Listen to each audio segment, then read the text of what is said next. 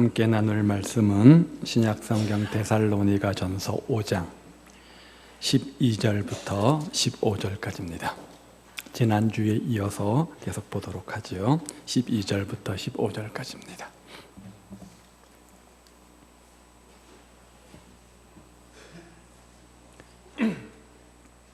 (12절부터 15절까지) 말씀을요, 우리 같은 목소리로 함께 읽도록 하겠습니다.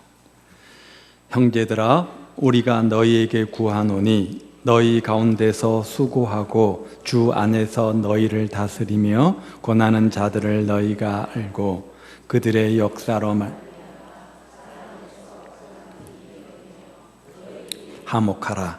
또 형제들아, 너희를 권면하노니 게으른 자들을 권계하며 마음이 약한 자들을 격려하고 힘이 없는 자들을 붙들어 주며 모든 사람에게 오래 참으라. 삼가 누가 누구에게든지 악으로 악을 갚지 말고 서로 대하든지 모든 사람을 대하든지 항상 선을 따르라. 아멘.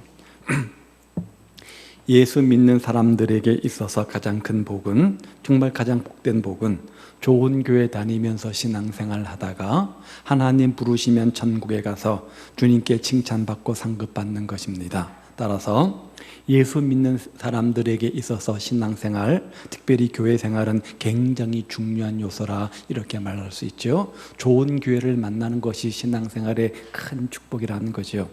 교회 생활에 성공해야 신앙생활에 성공할 수 있기 때문이고, 신앙생활에 성공해야지, 교회 생활에 성공해야지 모든 복이 임하는 축복의 주인공 될 수 있기 때문이죠. 오늘 본문은 우리가 어떻게 해야 교회 생활을 잘할 수 있는지 그 방법에 대해서 말하고 있습니다. 우리가 지난 시간 앞부분을 살폈습니다. 종말은 반드시 있다는 겁니다. 반드시 하나님의 때에 도둑같이 임한다는 것이었습니다. 그러므로 어떻게 하라고요? 깨어 정신을 차리고 영적 통찰력과 영적 분별력을 가지고, 그리고요, 피차 권면하며 덕을 세우라 이렇게 말했습니다. 피차 덕을 세우며 권면하라. 자, 이것은 관계의 문제인 거죠. 오늘 본문은 어떻게 하는 것이 피차 권면하며 덕을 세우는 것이고 올바른 교회 생활을 하는 것인지 우리에게 권면해 주고 있는데요, 예수님의 재림을 준비하며 살아가는 성도들이 다른 사람들과 올바른 관계를 갖기 위해서 어떻게 해야 되는지 우리에게 교훈합니다. 두 가지의 관계를 설명하는데요, 하나는 영적 지도자들과의 관계, 또 한 가지는 서로 지체들과의 관계, 이 두 가지 대목을 설명합니다. 먼저 영적 지도자들과 어떻게 바른 관계를 가질 수 있는가? 12절과 13절 말씀을 보십시오. 형제들아, 우리가 너희에게 구하노니 너희 가운데서 수고하고 주 안에서 너희를 다스리며 권하는 자들, 누굽니까? 영적 지도자들이죠. 그들을 너희가 알고 그들의 역사로 말미암아 사랑 안에서 가장 귀히 여기라 이렇게 되어져 있습니다. 교회 안에서 성도들을 영적으로 지도하고 권면하면서 수고하는 사람들이 있습니다. 영적 지도자들이죠. 자, 이들을 가장 귀하게 여기며 존경하라 이렇게 말합니다. 여기 귀히 여기며, 가장 귀히 여기며, 이 단어가 의미하는 것은 단순히 생각으로 귀하다, 존경한다, 순종한다 이렇게 생각하는 것이 아니라 어떤 행동, 말과 행동을 동반하는 그런 단어라고 합니다. 따라서 바울은 데살로니가 교회 성도들에게 자신의 영적인 지도자를 최대한 존경하고 순종하되 생각으로만 그치지 말고 구체적 말과 행동으로 그리하라 이렇게 권면하고 있는 겁니다. 이것을 보다 구체적으로 사도 바울은 디모데전서 5장에 보면 또 한 번 강조하는데요, 5장 17절입니다. 잘 다스리는 장로들을 배나 존경할 자로 알되 말씀과 가르침에 수고하는 이들을 더할 것이라 이렇게 되어져 있습니다. 여기 존경이란 단어가 의미하는 것은 가치, 가격, 그런 겁니다. 가치 있게 여기라, 큰 가격을 부여하라, 그런 뜻이겠죠. 본문에서 영적 지도자들에서 어떤 가치, 존경하는데 어떻게 해야 되느냐? 말로만 하지 말고 영적인 존경의 의미를 포함해서 물질적인 사례와 함께하라 이런 뜻이 담겨져 있어요. 여기 더할 것이나, 이 말은 뭐냐면 무슨 뜻입니까? 최상급 부사잖아요. 특별히 가장 먼저, 첫째로, 최우선으로 그런 뜻을 가지고 있는 겁니다. 따라서 디모데전서 5장 17절이 의미하는 것은 영적인 지도자들에게 특별한 존경심과 더불어서 풍족한 물질적인 사례를 하되 말씀을 증거하는 일과 영적인 기운을 주는 일에 수고하는 자들에게 특별히 가장 우선적으로 그렇게 하라, 이런 권면의 내용인 거죠. 히브리서 기자도 마찬가지입니다. 히브리서 13장 17절 말씀에 보시면요, 너희를 인도하는 자들에게 순종하고 복종하라. 누굽니까? 교회에 세워진 영적 지도자들을 말하는 것입니다. 그렇지 않으면 너희에게 유익이 없다. 왜냐? 그들은 너희 영혼을 위해서 경성하는 자들이기 때문이다. 이렇게 되어져 있습니다.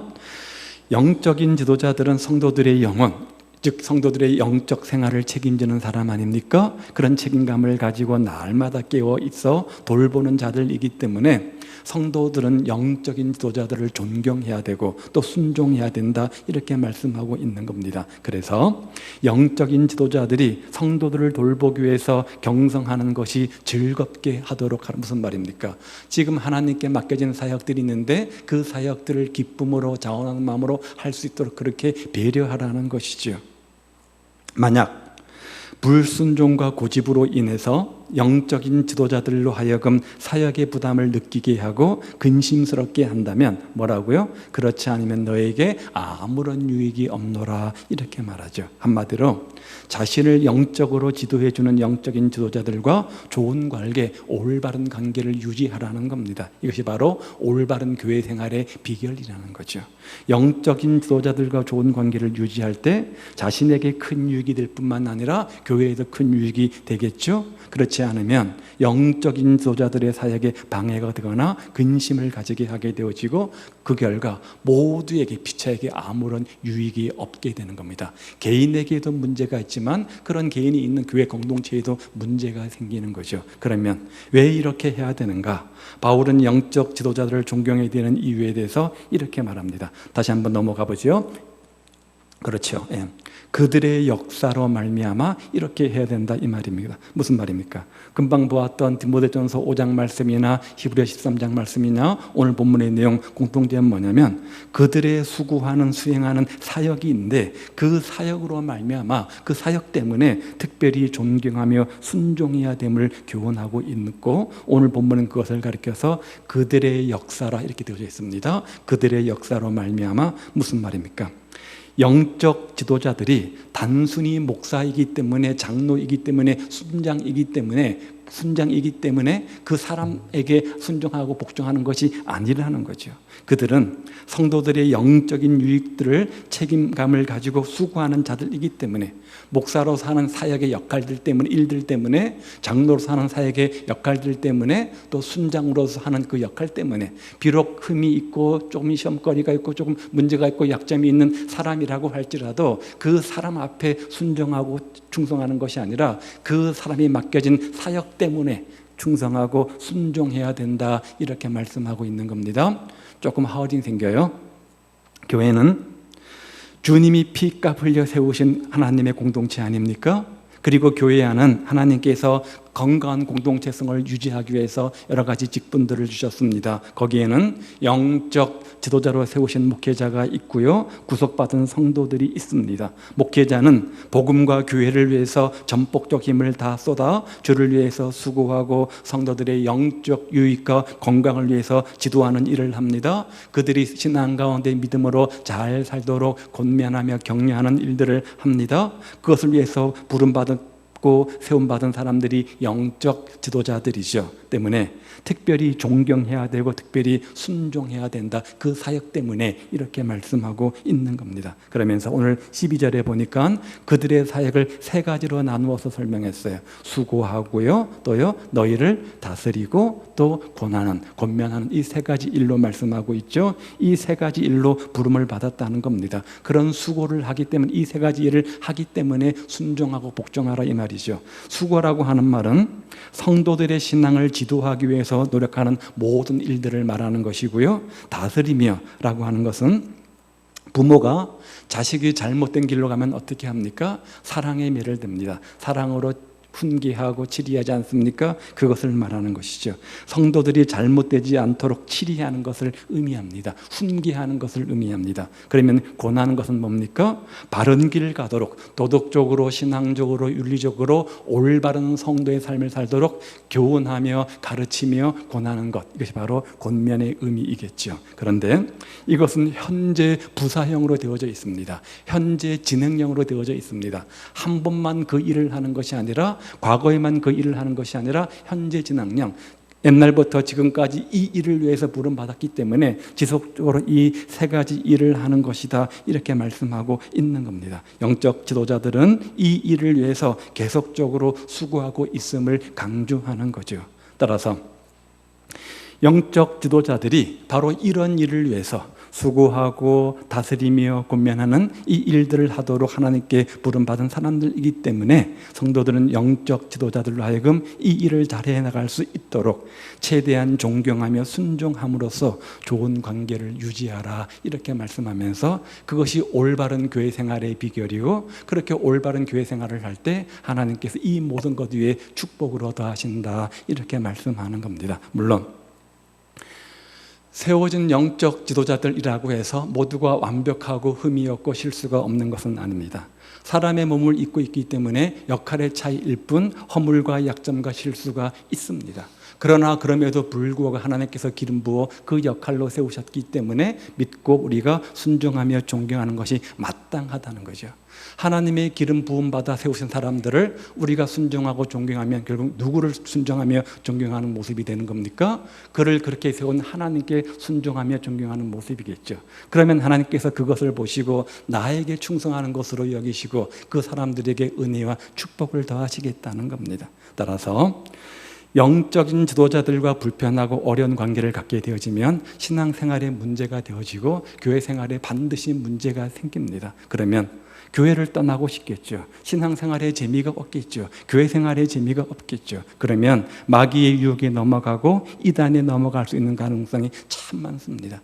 대부분 빠지는 이단들의 특징들은 뭐냐면 전혀 신앙생활을 안 했거나 예수를 믿지 않는 사람들이 이단에 빠지는 경우는 없습니다. 모두가 기성교회에서 열심히 신앙생활을 하다가 이러저러한 이유 때문에 시험 들고 또 올무에 빠지고 또 신앙을 잃어버리고 문제가 생겼을 때 사단이 교묘하게 다가와서 그들을 유혹하고 미혹해서 이단에 빠뜨리지 않습니까? 나를 위해서도 그렇고 교회를 위해서도 그렇고 우리가 영적 지도자들과 올바른 관계를 갖는 것이 신앙생활이 참으로 중요하다는 겁니다. 왜냐하면 교회를 위해서, 나를 위해서 하나님은 영적 지도자를 세우셨기 때문에 그렇습니다. 그렇다면 여러분 어떠합니까? 그 권위를 서로 인정하고 따르고 수용할 때 우리는 올바른 교회 생활, 신바람 나는 신명 나는 재미있는 교회 생활을 할 수 있는 겁니다. 두 번째는요, 지체들과 바른 관계를 가져야 되는데요. 자, 어떻게 하는 것이 지체들과 이웃들과 바른 관계를 갖는 것인가? 그 뒷부분 대부분의 내용들은 지체들과의 관계를 설명해 주고 있습니다. 먼저는 13절 말미에 보니까 서로 화목하라 이렇게 되어져 있죠.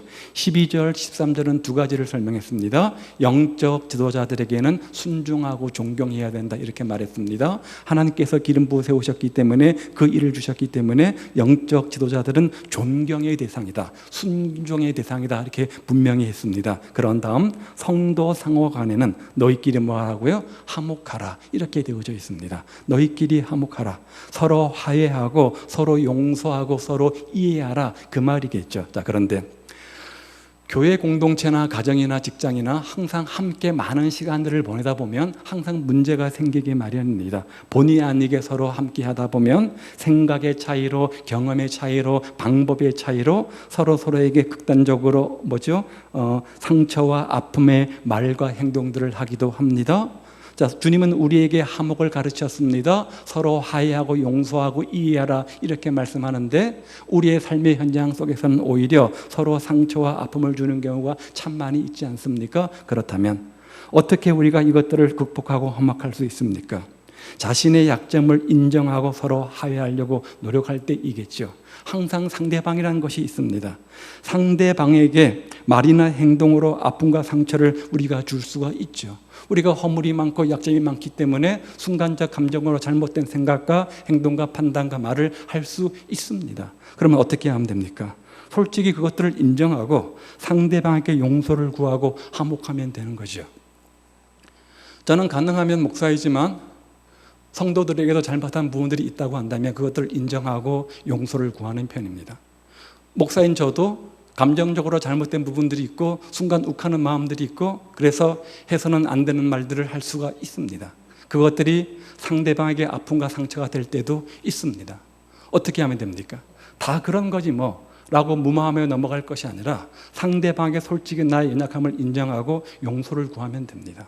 그러면 공은 누구에게 넘어간 거예요? 상대방에게 넘어간 겁니다. 그럴 때 화해하고 화목할 수 있는 거죠. 여러분은 어떠합니까? 우리 모두가 연약한 부분들을 가지고 있기 때문에 감정적으로 완전하지 않기 때문에 때로 말과 행동으로 상대방에게 상처와 아픔을 줄 수 있습니다. 그럴 때 먼저 다가가서 용서를 구하고 화해를 요청하는 사람입니까? 이런 용서와 화해가 없이 화목은 이루어질 수 없는 겁니다. 그냥 시간이 세월이 약이라고요? 그렇지 않습니다. 수면 아래 가라앉아 있을 뿐이지 완전히 화해하거나 회복하거나 화목된 것이 아닙니다. 서로 상대방에게 용서를 구하고 화해를 요청하기 이전까지는 온전한 화목이 이루어질 수 없는 거죠. 그런데 사도 바울은 우리에게 화목하라. 성도 중에 많은 사람들이 저에게 찾아와서 목사님, 제가 그때 왜 그런 말을 했는지 모르겠어요. 제가 순간적으로 욱했던 것 같습니다. 죄송합니다. 그렇게 말하는 성도를 제가 본 적이 없습니다. 열의 9은 아닙니다. 집사님, 제가 그때 내가 너무 흥분해서 그런 말을 했는데 내 본심은 아니거든. 이해해줘. 미안해. 용서해줘. 그렇게 화해하는 성도를 제가 본 적이 없습니다. 권사님, 내가 그때 왜 그렇게 극단적 행동을 하는지 잘 모르겠어. 내 본심은 아니니까 넓은 마음으로 이해해 주기를 바랍니다. 이렇게 목사에게, 집사님에게, 권사님에게 먼저 용서를 구하고 화해를 요청하는 사람들을 제가 본 적이 없습니다. 그러니까 화목할 수 없는 겁니다. 두 번째는요, 14절 말씀에 보니까 게으른 자들을 권계해야 된다 이렇게 말합니다.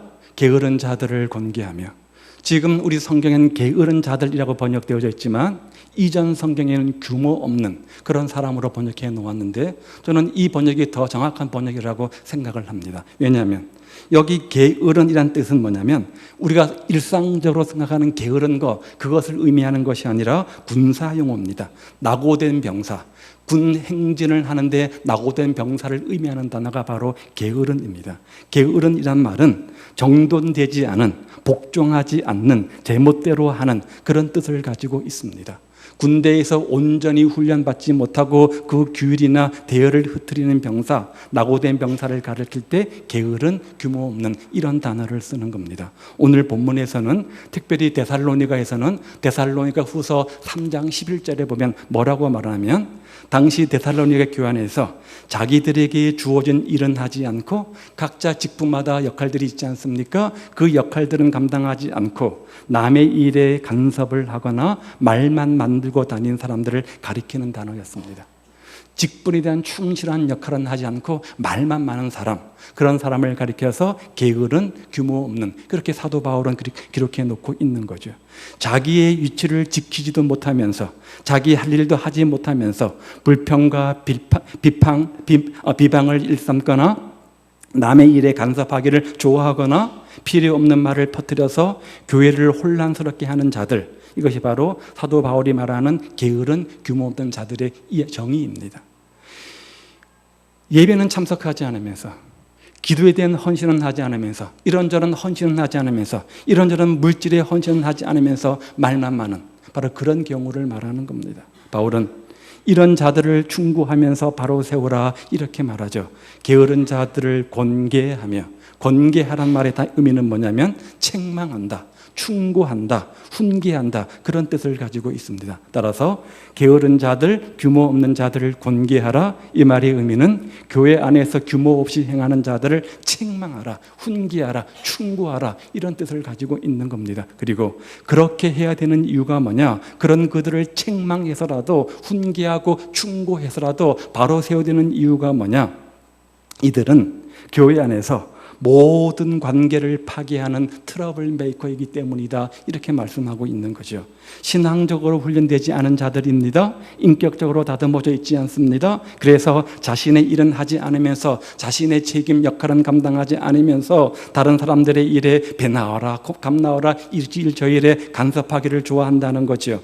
자신을 내세우기 위해서 필요 없는 말들을 퍼뜨린다는 거죠. 그래서 다른 사람들의 마음에 상처와 아픔을 줍니다. 교회에 손해를 끼칩니다. 교회의 질서와 화목을 깨뜨리는 역할을 하게 된다는 거죠. 때문에 그런 자들을 오래 방치하면 방치할수록 그 공동체 성도 상호 간의 관계가 파괴되어지고 질서가 어지럽혀지고 신앙생활에 방해를 받기 때문에 이런 자들을 방치해 두지 말고 책망, 권계, 책망과 훈계를 통해서 바로 세워나가야 된다. 이렇게 사도 바울이 권면하고 있는 거죠. 세 번째는요. 그 다음 절에 보면요. 마음이 약한 자들을 격려하고 힘이 없는 자들을 붙들어 주라. 약한 자들을 격려하라. 힘 없는 자들을 붙들어 주라. 이렇게 되어져 있습니다. 여기 마음이 약한 자들은 어떤 의미를 가지고 있냐면 성격이 소심한 자, 어떤 문제인지 모르지만 그 문제 때문에 큰 절망과 낙심 가운데 빠져 있는 사람들을 지칭하는 단어이고요. 또 힘이 없는 자들은 어떤 파워를 말하는 것이 아니라 영적으로 초신자라는 거죠. 영적으로 미성숙한 자라는 거죠. 아직 신앙의 깊이가 없다는 거죠. 그래서 이런저런 것에 흔들리는, 마치 돌짝밭이나 길가바에 뿌리는 사람처럼 그렇다는 거죠. 자, 그런 사람들을 격려해주고 그런 사람들을 붙들어주라 이렇게 말합니다. 깊은 삶의 문제 때문에 절망과 상처 가운데 있는 사람들을 찾아가서 용기를 심어주고 격려를 심어주고 그런 말들을 해주고요. 신앙이 어린 사람들을 찾아가서 신앙이 잘 성장할 수 있도록 붙들어주는 역할들을 서로 할 때 그 교회는 건강한 교회요, 올바른 교회요, 올바른 신앙생활을 하고 있는 것이다 이렇게 말합니다. 그래서 사도 바울은 로마서 15장 1절에서 다른 말로 표현해 놓고 있습니다. 보십시오.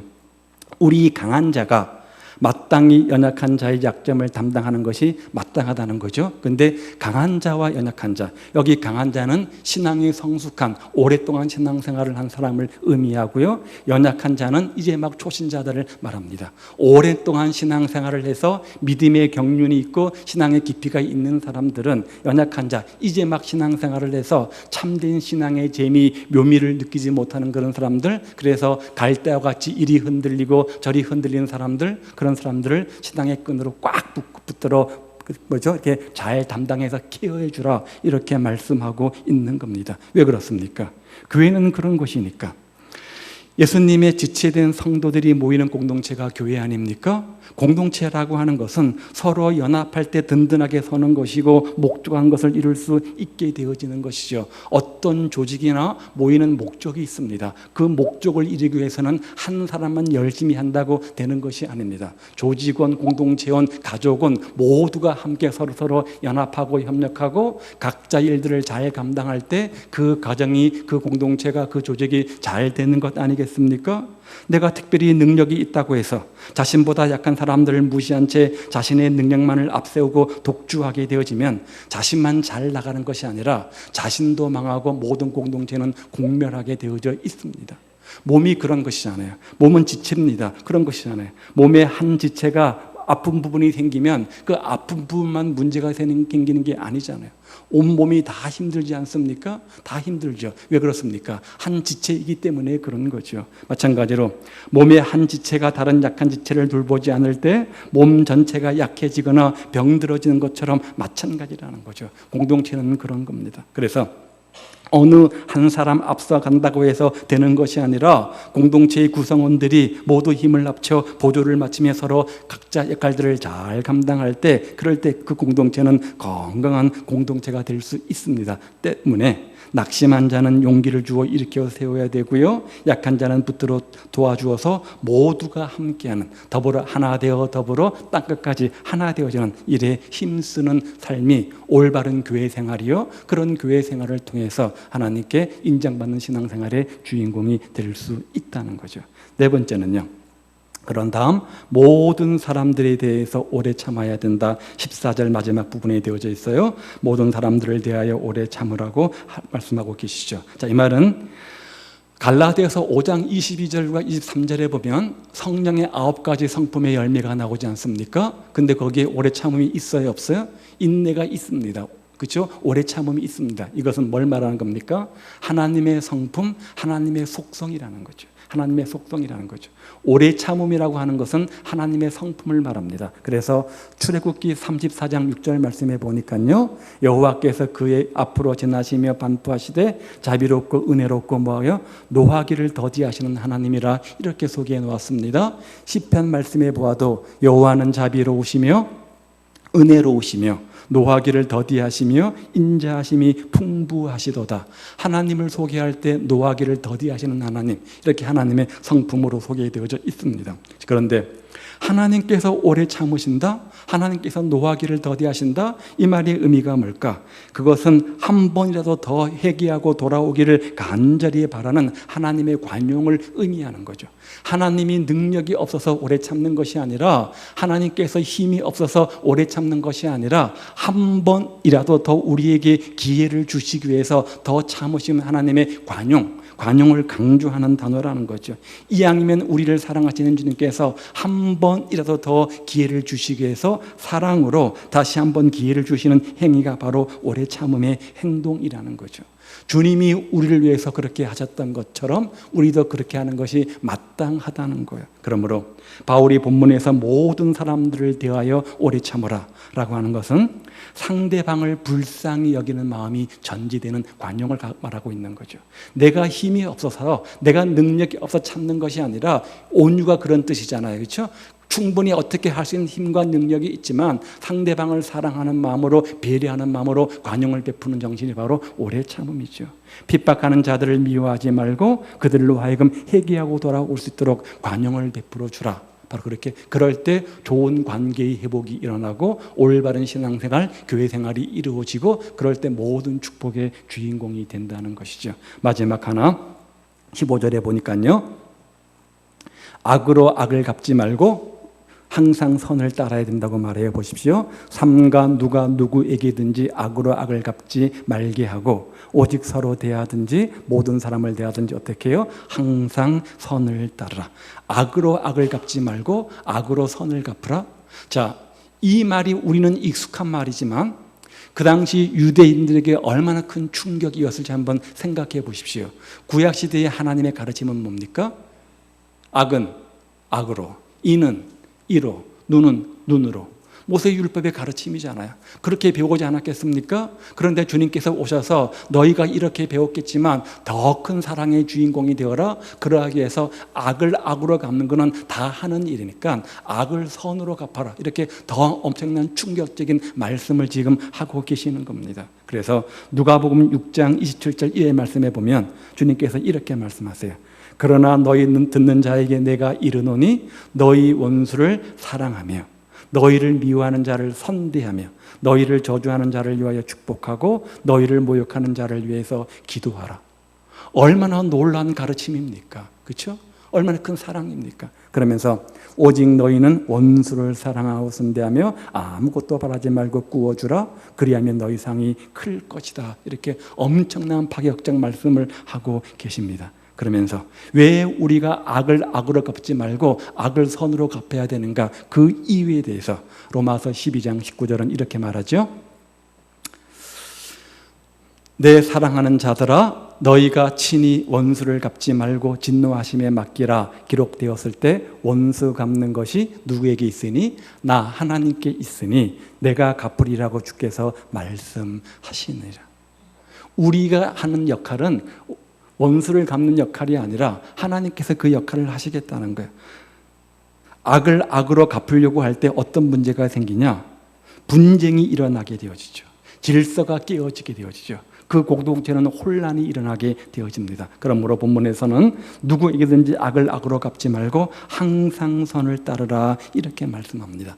서로 상대방이 악을 추구한다고 할지라도, 혹 손해본다고 할지라도, 그것 때문에 혹 억울한 일이 있고 희생과 헌신을 당한다고 할지라도 직접 원수를 갚으려고 하지 마. 왜냐하면 하나님께서는 억울한 일, 온통한 일, 사람들은 모를 수 있겠지만 불꽃 같은 눈동자로 마음 중심을 다 깨뜨려 보신 하나님께서 다 아셔. 염려하지 마. 그리고 모든 것 다 갚아 주실 거야. 그렇게 믿고 나에게 악을 행하는 상대방에게조차도 오히려 선을 행함으로 승리하라. 이것이 바로 바른 인간관계의 비결이다. 이렇게 말씀합니다.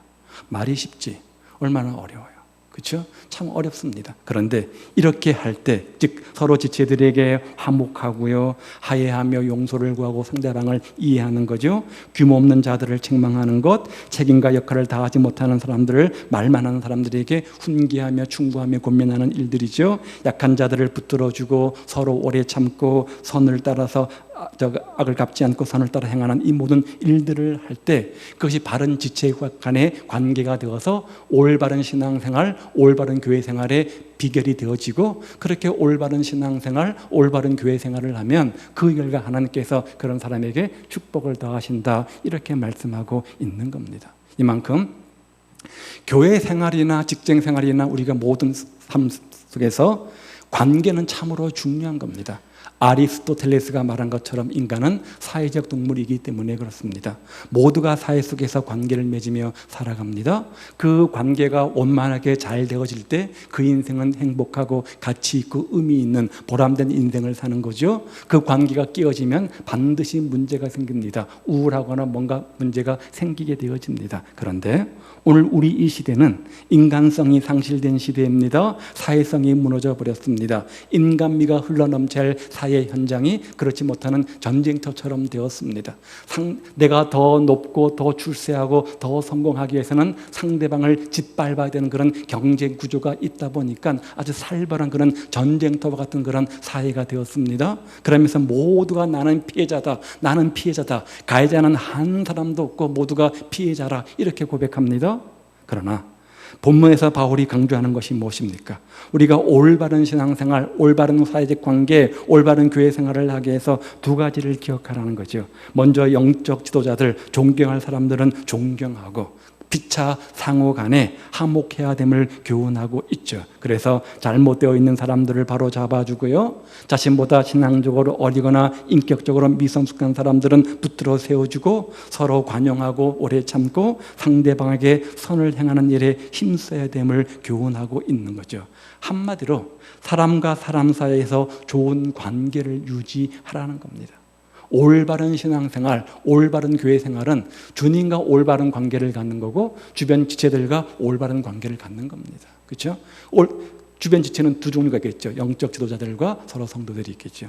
디모데후서 3장에 보면 말세에 고통하는 때가 이른데 그때 어떤 현상들이 나타나는가 하면 쭉 소개해 놓고 있는데요. 그 현상들을 종합해 보면 말세는 한마디로 인간의 관계성이 파괴된다 이렇게 적어 놓고 있습니다. 부모가 자식 간의 관계가 깨어지고요, 부부 간의 관계가 깨어지고, 형제 간의 관계가 깨어지고, 지체 간의 관계가 깨어지는데 이것이 바로 말세의 현상들, 징조라는 거죠. 그러나 그러한 때 성도인 우리는 상대방을 존경하고 배려하는 삶을 통해서 좋은 인간관계를 형성하고요, 또 교회의 질서를 유지하고, 교회의 질서는 어떻게 생기는 거냐면 각자 직분과 역할에 맞게 그 역할들을 잘 감당하면, 덜 하지도 않고 더하지도 않고 오버하지 않고 하면 서로 질서가 생기는 겁니다. 또요, 세상에 대해서는 자신이 하나님의 자녀임을 나타내 보여야 된다. 이것이 바로 사도 바울의 권면이죠. 그렇다면 말세에, 종말의 때에 올바른 교회 생활을 하기 위해서 오늘 우리는 어떠합니까? 세워진 영적 지도자들과 얼마나 존경하며 또 귀히 여기며 올바른 관계를 가지고 화목하고 있습니까? 서로 지체들끼리 얼마나 화목하며 얼마나 규모 있는 자들을 권계하고 약한 자를 붙들어주고 오래 참으며 관용을 베풀고 선을 따라 행하는 그런 삶을 살고 있습니까? 오늘 이 사도 바울의 권면의 내용이 우리 삶의 자세, 삶의 습관이 되어서 올바른 교회 생활, 올바른 신앙 생활을 통해서 하나님께서 주시고자 약속하신 놀라운 은혜와 축복을 받아 누리는 복된 성도들 다 되시기를 우리 주님의 이름으로 축복을 드립니다. 기도하겠습니다. 자, 오늘 본문이 우리에게 주는 교훈이 무엇입니까? 말세 올바른 교회 생활을 위해서 바른 관계를 가져야 되는데, 사람들 속에서 영적 지도자를 존경하며 귀히 여기며 올바른 관계 화목하라고 말씀하셨고요. 지체들끼리 서로 화해하고 서로 권면하고 약한 자를 붙들어주고 오래 참고 선을 따라 행하는 자의 삶을 살라, 이렇게 말씀합니다. 오늘 우리의 모습은 어떠합니까? 한번 우리의 모습을 비추어 반성해보고 이후부터 이런 삶을 통해서 올바른 교회 생활, 올바른 신앙생활의 주인공 되어서 더 큰 축복이 머무는 삶이 되게 하옵소서. 함께 기도하겠습니다.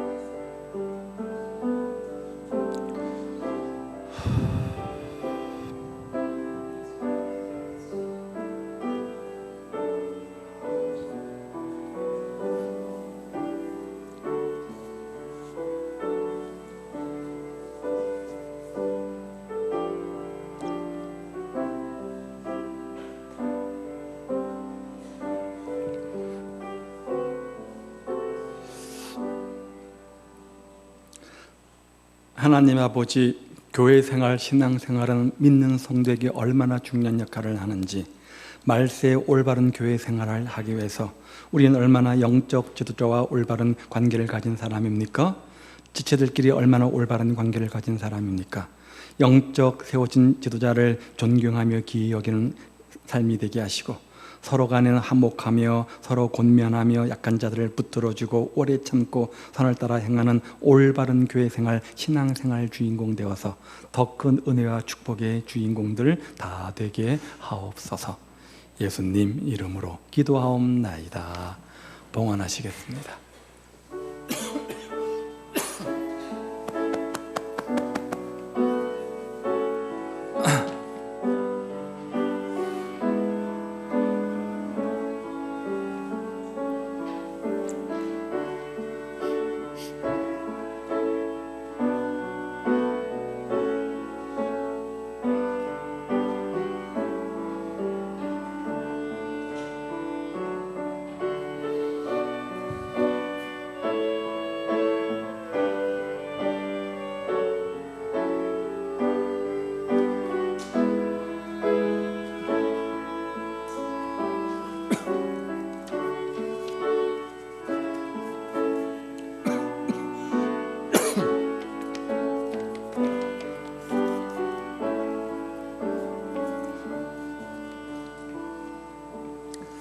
몇 가지 교회 소식을 알려드리겠습니다.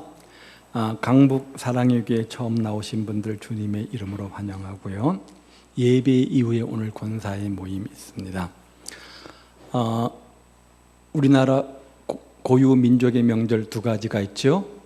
겨울에 구정, 가을에 추석, 그렇죠? 지난주 설교처럼 한 2,500만 명의 많은 사람들이 민족 대이동을 한다고 합니다. 가정을 찾아서. 그만큼 가족은 중요한 것 같습니다. 가시면은 이제 다 이동하실 텐데요.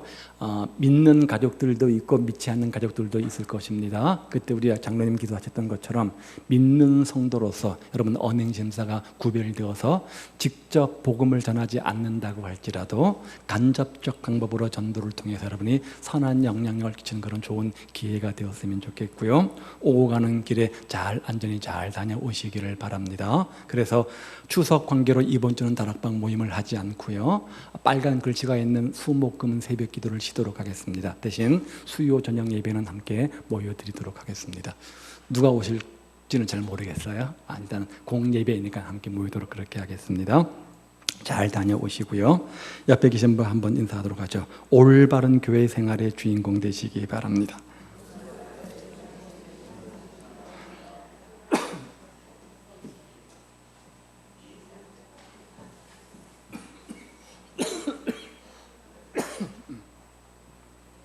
드려진 헌금을 위해서 기도합니다. 하나님, 우리 물질을 구별하여 드립니다. 하나님, 이 물질